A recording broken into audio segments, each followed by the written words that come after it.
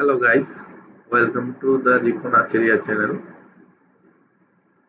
আজকে আমরা C# এর 5 নম্বর পার্ট নিয়ে আলোচনা করব, যে টপিকটা হচ্ছে nullable types. So let's start. Nullable types in C# নিয়ে আমরা আলোচনা করব, আর null coalescing operator নিয়ে আমরা ডিসকাস করব। সো এটা জানার আগে আমরা দুই ধরনের ডেটা টাইপস জানবো, যেটা হচ্ছে একটা হচ্ছে ভ্যালু টাইপস আর একটা হচ্ছে রেফারেন্স টাইপ।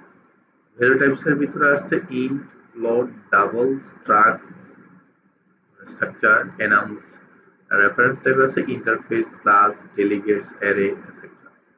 সো এই দুইটার মধ্যে যদি আমরা একটু ডিফারেন্স বুঝতে চাই, যেটা হচ্ছে ভ্যালু টাইপ হচ্ছে আমাদের প্রিমিটিভ টাইপস, মিনস হচ্ছে এটা ভেরিয়েবলের আকারে র্যামের ভিতরে ভোলাটাইল হিসেবে স্টোর থাকে। সে কোনো মেমোরি অ্যাড্রেস লোকেট করে না, সে একটা ভ্যালু কন্টেন করে আমাদের, যদি আমরা মেমোরি লোকেশন বলি, সে একটা র্যামে সে জায়গা নিয়ে।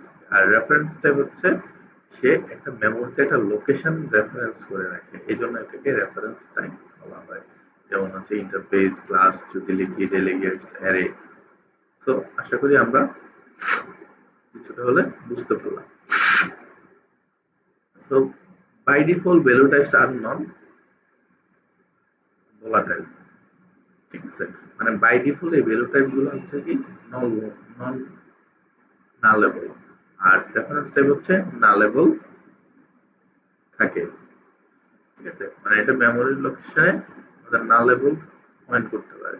সো আমরা যদি ভ্যালু টাইপকে নালেবল করতে চাই, তাহলে যেমন হচ্ছে একটা ইন্টিজারের ভ্যালু আমরা i = 0 নিলাম, এটা কি হচ্ছে আমাদের নন নালেবল।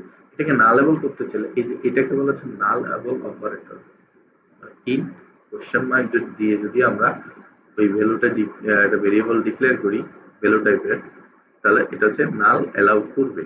সো এরকম আমরা একটা প্রোগ্রাম আমাদের আমরা একটু কপি করে নিয়ে যাই তাড়াতাড়ি কোডটা করার জন্য। আমরা তারপর কোডটা নিয়ে এখানে আমি কপি করে জাস্ট বসাই দিলাম। তো এখানে আমরা যে জিনিসটা করলাম, আমরা যদি একটু দেখি যে আমরা একটা মেইন মেথডের ভিতরে, প্রোগ্রামের ভিতরে আমরা লিখলাম AvailableTickets, এটা ইন্টিজার নালেবল, আর এটা হচ্ছে নন নালেবল ভেরিয়েবল।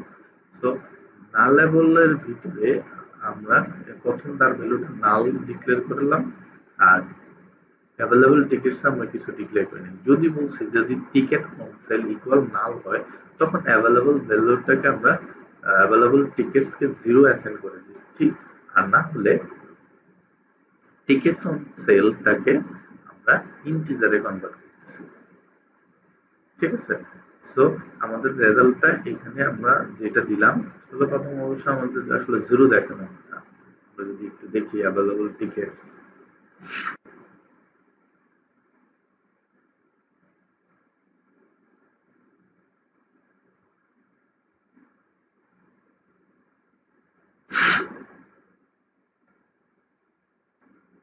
Available tickets 0।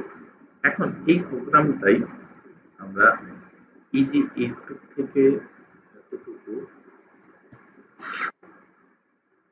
আমরা মাল্টিলাইন কমেন্ট করে দিলাম। মাল্টিলাইন কমেন্ট করতে চাইলে আমরা কন্ট্রোল শিফট তারপর ব্যাকস্ল্যাশ চেপে দিলে, ফরওয়ার্ড স্ল্যাশ চেপে দিলে আমাদের এটা মাল্টিলাইন কমেন্ট হবে। আবার কন্ট্রোল শিফট ফরওয়ার্ড স্ল্যাশ যদি আমরা চাপি, তাহলে আমরা মাল্টিলাইন কমেন্টে উঠে যাবে, vice versa.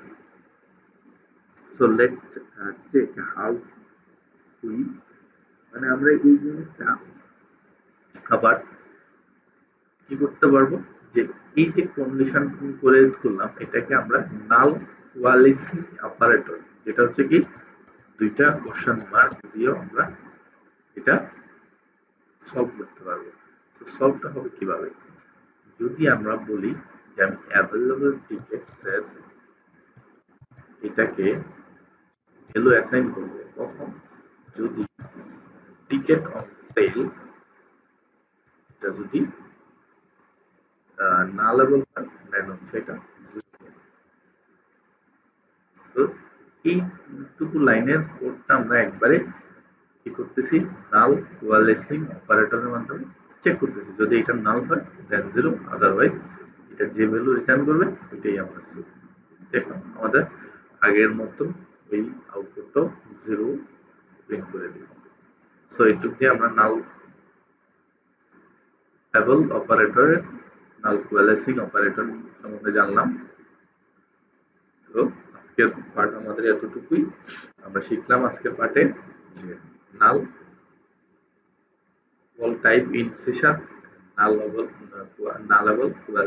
null coalescing operator এবার আমরা ইউজ করতে পারি নাল ভ্যালু চেক করার জন্য সো থ্যাংকস ফর ওয়াচিং আমার ভিডিওটি ভালো লেগে থাকলে লাইক কমেন্ট এবং শেয়ার করবেন এবং আমার চ্যানেলটি অবশ্যই সাবস্ক্রাইব করে রাখবেন দেন হচ্ছে আমরা পরবর্তী আরেকটা সিস্টেমের ভিডিও নিয়ে আমরা হাজির হব আজকের পার্ট আমাদের এতটুকুই থ্যাংক ইউ ভেরি মাচ